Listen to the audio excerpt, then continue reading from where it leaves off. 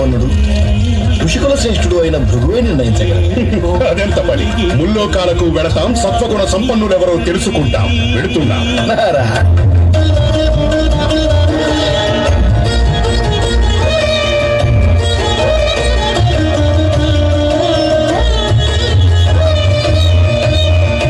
బ్రహ్మలోకమున వీణానాదలోడైన ఆ బ్రహ్మపై భృగు ఆగ్రహించెను.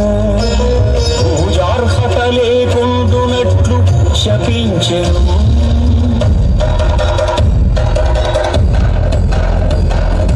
కైలాసమున కామ తాండవమున మునిగి తేలు శివ పార్వతులను చూసి శివమెత్తెను భృగు.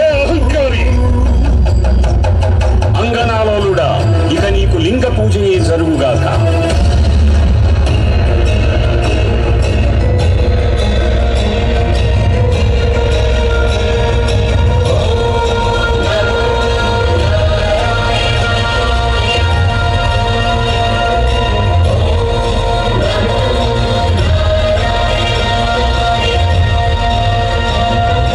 వైకుంఠమున విష్ణు వైభోగము జగసి లక్ష్మీ నివాసము హరియద పైతమ్యము.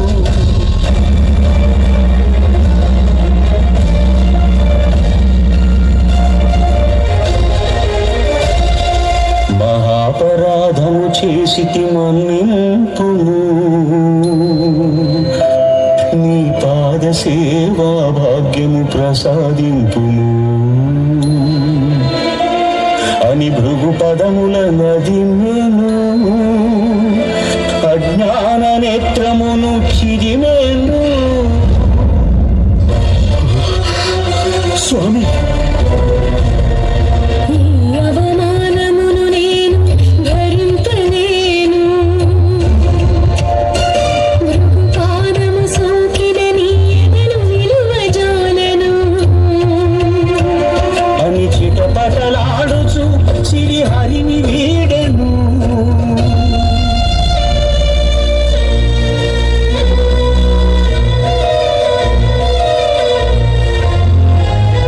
శ్రీ సతి విరహితుడై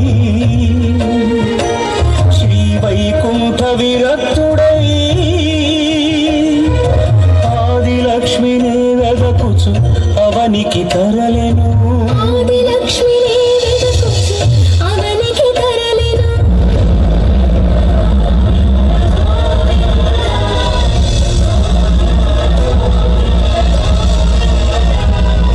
కలియుగ వైకుంఠపురి సిరిగల వెంకటగిరి ఏరి కోరి గిరిపై శ్రీనివాసుడాయ హరి. గోవిందా గోవిందా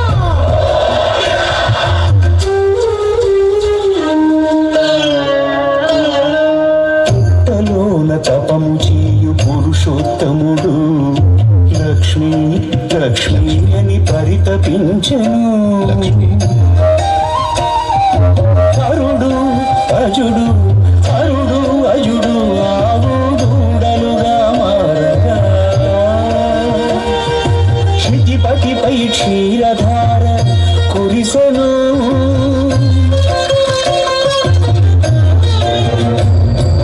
గోపాలుడు కోపముతో గొడ్డలి విసిరెను. అడ్డుకున్న పరమాత్ముడి పసిడి పగిలెను.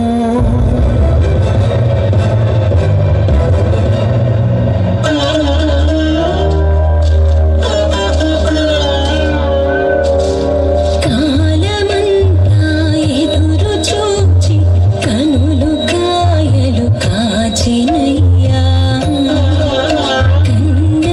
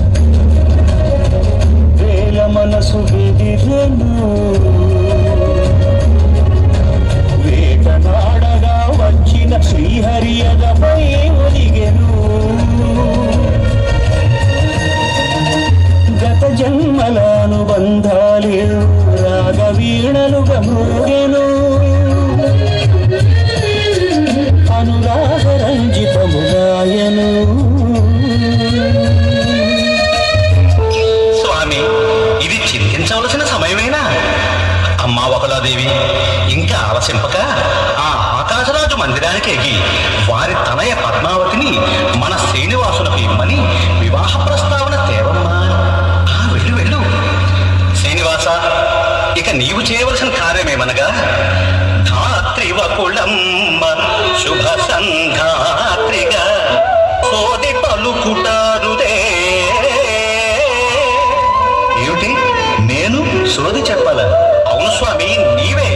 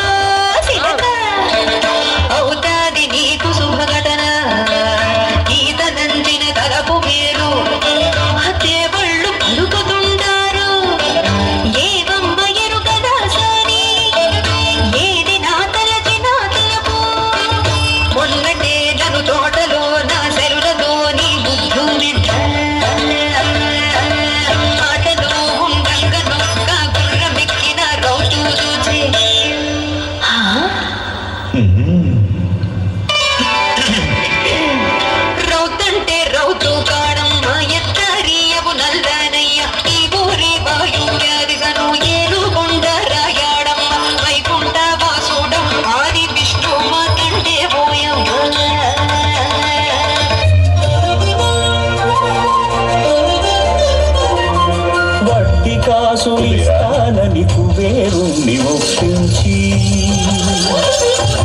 అప్పు చేసి పెళ్లి కొడుకు అయ్యే ఆదిదేవుడు అంగరంగ వైభవమున అఖిల లోక సమక్షమున పద్మావతి పతి ఆయను పరంధాముడు.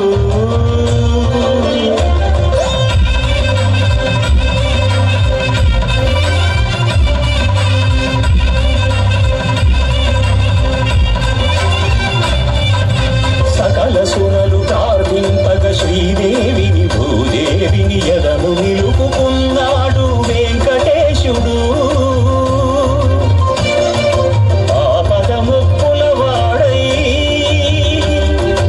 అభయములిచ్చడి వాడై ఆపదముక్కుల వాడై. వరాహ, ఇకపై నేను ఈ తిరుమలలో విగ్రహ రూపంలో కొలువై ఉంటాను. నువ్వు క్షేత్రాధిపతివై కోనేటి పక్కన కొలువై ఉండాలి. మా దర్శనం కన్నా ముందుగా భక్తులు నీ దర్శనం చేసుకుంటేనే వారి కోరికలు నెరవేరుతాయి. ఇదిగో శాసనపత్రం. ధన్యోస్మి శ్రీనివాస.